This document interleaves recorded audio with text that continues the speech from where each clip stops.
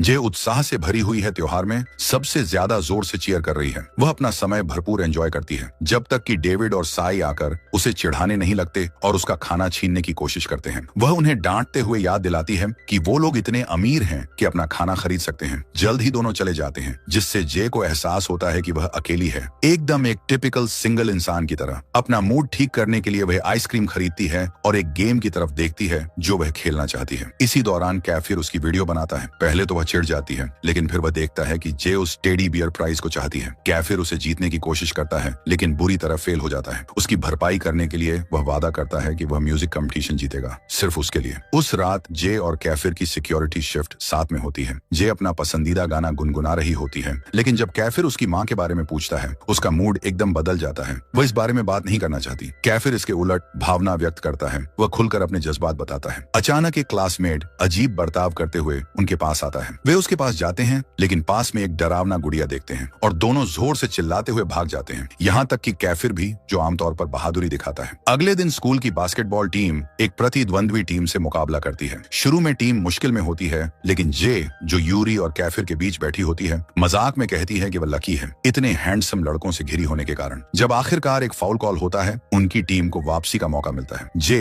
Felix को खेलते देखने के लिए उत्साहित होती है और कोच को उसे मौका देने के लिए मनाती है। फेलिक्स खेल में उतरता है और आखिरी सेकंड में विनिंग शॉट मारता है। पूरी टीम जश्न मनाती है और उसे कंधों पर उठा लेती है और जे ये पल एंजॉय करती है, यूरी और कैफिर जैसे लकी चार्म्स के साथ। बाद में डॉर्म में लड़के अपकमिंग डांस परफॉर्मेंस की प्रैक्टिस करते हैं। साई घबराया हुआ दिखता है, लेकिन जब उसकी क्रश रॉकी वहां आती है तो वह हिम्मत जुटाता है और उसे डेट पर ले जाता है। जे ये देखकर थोड़ी अकेली महसूस करती है, एक बार फिर सिंगल होने का एहसास। तभी उसका एक्स बॉयफ्रेंड सालेम आता है और उससे एक फेवर मांगता है, लेकिन जे उसे पूरी तरह इग्नोर कर देती है। वहीं दूसरी ओर फेलिक्स जे को धन्यवाद देता है कोच को मनाने के लिए और उसे एक सीक्रेट पार्टी में इनवाइट करता है, जो बास्केटबॉल कैप्टन होस्ट कर रहा है। अगले दिन डांस कंपटीशन शुरू होता है। डॉर्म की टीम शानदार परफॉर्मेंस देती है। त्योहार की होस्ट, जो एक कुख्यात बुली है, शुरू में उनकी तारीफ करती है क्योंकि वो उसकी क्लासमेट्स हैं, लेकिन जब उसे पता चलता है कि टीम का नाम जेज वॉरियर्स है, तो वह उनका मजाक उड़ाने लगती है और जे को शर्मिंदा कर देती है। असल में कैफिर और जे ने टीम का नाम रखा था। जे हैरान होती है, लेकिन टीम पहले से स्टेज पर होती है, इसलिए उसे मजबूरन नाम स्वीकार करना पड़ता है। सबको चौंकाते हुए परफॉर्मेंस सुपरहिट होती है। ऑडियंस जोर से चीयर्स करती है, लेकिन बुली फिर भी उनकी सफलता को स्वीकार नहीं करती। इसके बावजूद उनकी परफॉर्मेंस इतनी शानदार होती है कि कोई शक नहीं रहता कि वे बेस्ट में से एक थे।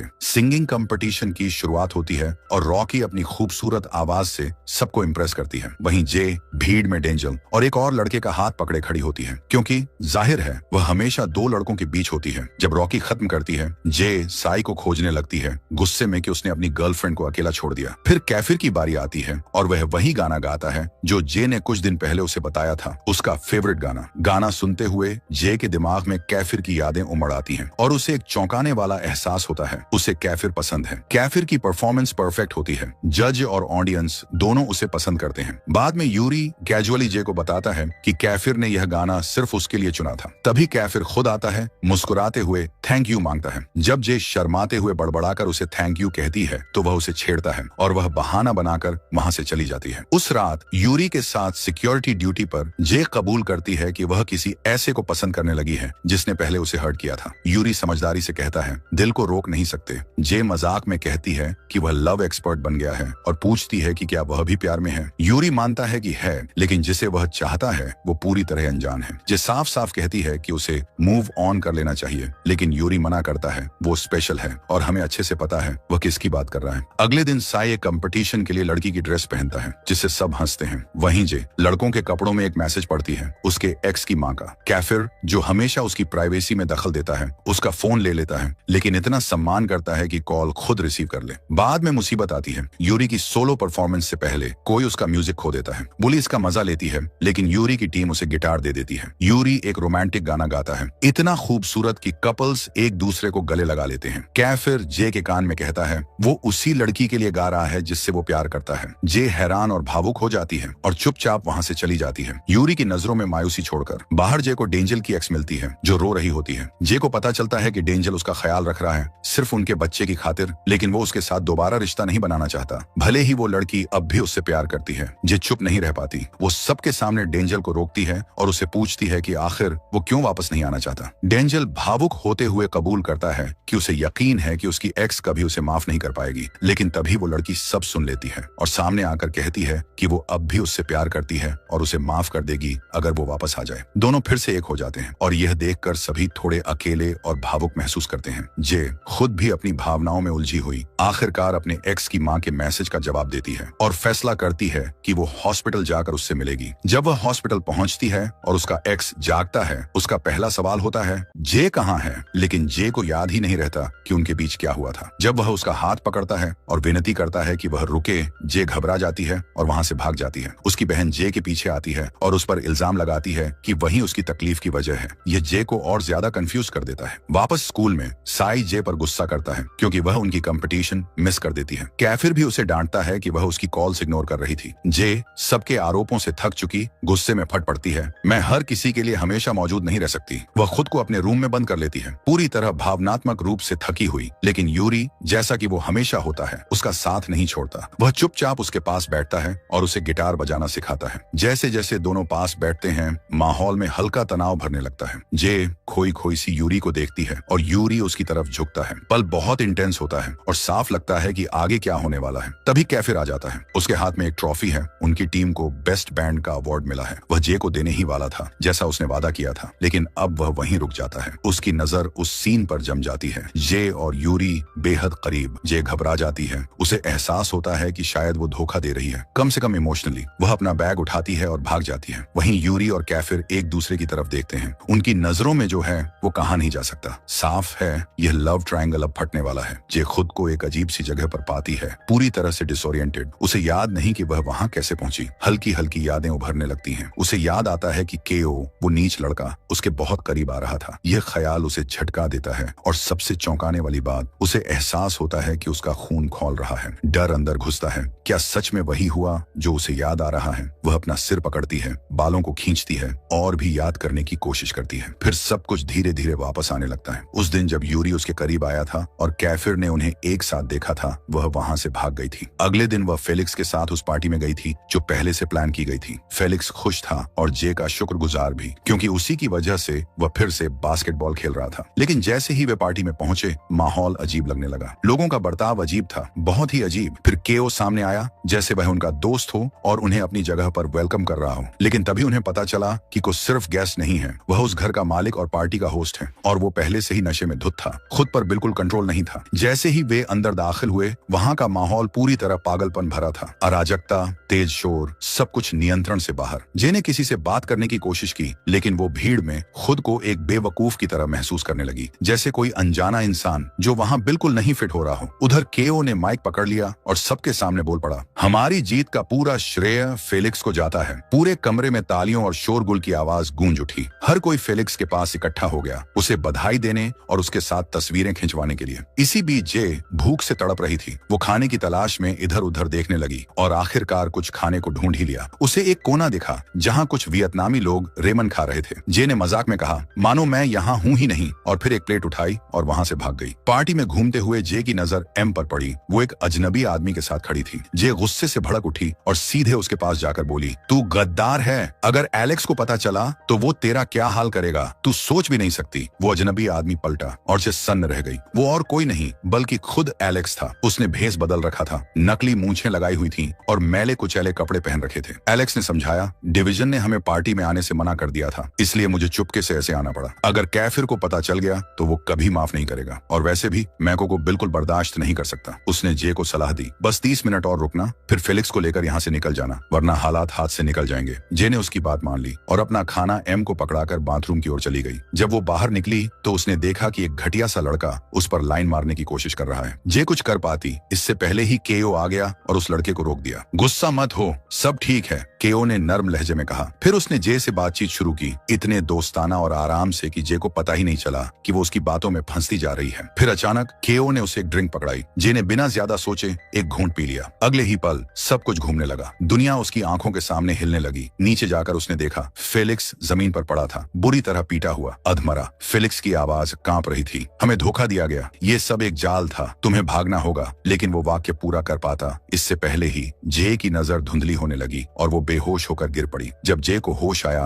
वो वर्तमान में थी और उसे कुछ भी याद नहीं आ रहा था। वो गुस्से में थी, डरी हुई थी और उसने फैसला किया कि अब उसे ये जगह छोड़ देनी चाहिए। उसने देखा पूरा घर एकदम साफ सुथरा था, जैसे वहां कोई था ही नहीं, ना कोई इंसान ना कोई शोर। तभी कोई पीछे से उसके पास आया। जे चौंक कर पलटी और देखा कि उसके सामने एक नौजवान लड़का खड़ा था। उसके चेहरे में कुछ ऐसा था जो बहुत जाना पहचाना लग रहा था। वो लड़का उसे कैफिर की याद दिला रहा था। तुम्हें उसके छोटे भाई को देखना चाहिए, उसने कहा। फिर समझाया कि कॉल और उसका दोस्त स्विमिंग पूल के पास बाहर बैठे थे। उसने सुझाव दिया कि जे जाकर उनसे मिले। जे जब बाहर गई तो देखा कि सब आराम से बैठे थे, मस्ती कर रहे थे, सिवाय फेलिक्स के, जो कल रात की पिटाई से बुरी तरह थका और टूटा हुआ लग रहा था। जे तुरंत उसके पास दौड़ी और फेलिक्स ने बताया कि असल में इसी ग्रुप ने हमें बचाया था। पीछे से यूरी और कैफिर भी आ पहुंचे। कैफिर ने हाथ सीने पर बांधे हुए ठंडे लहजे में पूछा, तुम उस पार्टी में गई ही क्यों थी? जे ने झिझकते हुए जवाब दिया, मुझे याद ही नहीं है। और तुम्हें पता कैसे चला कि हम कहाँ हैं? कैफिर बोला, एलेक्स ने मैसेज भेजा था, उसे तुम नहीं मिली और वो परेशान हो गया। उसका दिल नरम है ना, इसलिए उसने अपने लोगों को इकट्ठा किया और हमें भेजा। जे का गुस्सा भड़क उठा। ठीक है, बताओ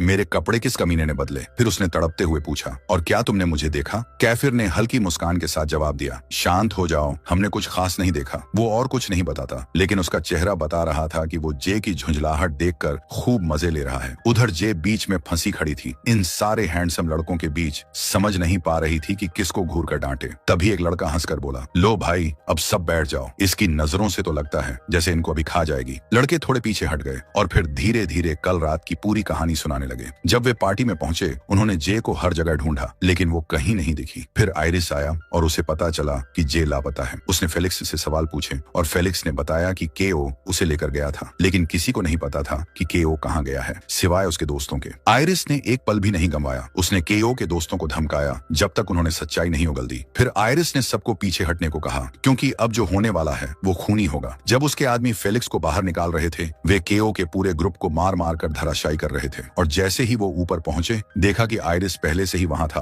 केओ को कॉलर से पकड़कर बेरहमी से पीट रहा था। वो हरामी उसे छूने की कोशिश कर रहा था। आयरिस ने गुस्से में गुर्राते हुए कहा। उसने सबको भरोसा दिलाया कि जे अब सुरक्षित है और फिर वो खुद अंदर गया और जे को कपड़े पहनाए। आखिरकार वो उसका कजिन है। जब सबने बाद में जे को चेक किया, आयरिस ने सलाह दी कि उसे वहां से ले जाओ, इससे पहले कि हालात और बिगड़े। कैफिर हमेशा की तरह जेंटलमैन उसे उठाकर अपने घर ले आया और इसीलिए आज जे यहाँ मौजूद थी। अब वर्तमान में पूरा ग्रुप उसके आसपास खड़ा था। यूरी ने चिढ़ाते हुए मुस्कुराकर कहा, तुम्हें वो पसंद है ना? सीधा कैफिर को छेड़ते हुए। कैफिर ने आंखें घुमाई। तू पागल है? लेकिन यूरी पीछे नहीं हटा। तू डरपोक है, अपने दिल की बात मान ही नहीं सकता। उसने फिर सलाह दी, तू जे को हमारे मिशन से अलग कर दे, इससे पहले कि चीजें खतरनाक हो जाएं। लेकिन कैफिर हमेशा की तरह जिद्दी इनकार कर देता है। मुझे उससे प्यार नहीं है, वो साफ कहता है। मैं अपनी प्लानिंग पर टिका हूँ। लेकिन जैसे ही उसने कप पकड़कर भींचा, उसकी पकड़ इतनी टाइट थी कि कप टूट गया। यूरी चुप हो गया, कुछ पल के लिए खोया हुआ। उसे वो रात याद आ गई जब वो जे के साथ पहरेदारी पर था। उस रात जे ने उसे सीधे पूछा था, क्या तुम मुझे पसंद करते हो? क्या तुम्हारे दिल में मेरे लिए कुछ है? यूरी ने लंबी सांस ली थी और जवाब दिया था, मैं तुमसे झूठ नहीं बोल सकता, लेकिन मैं इजहार भी नहीं कर सकता और इनकार भी नहीं कर सकता।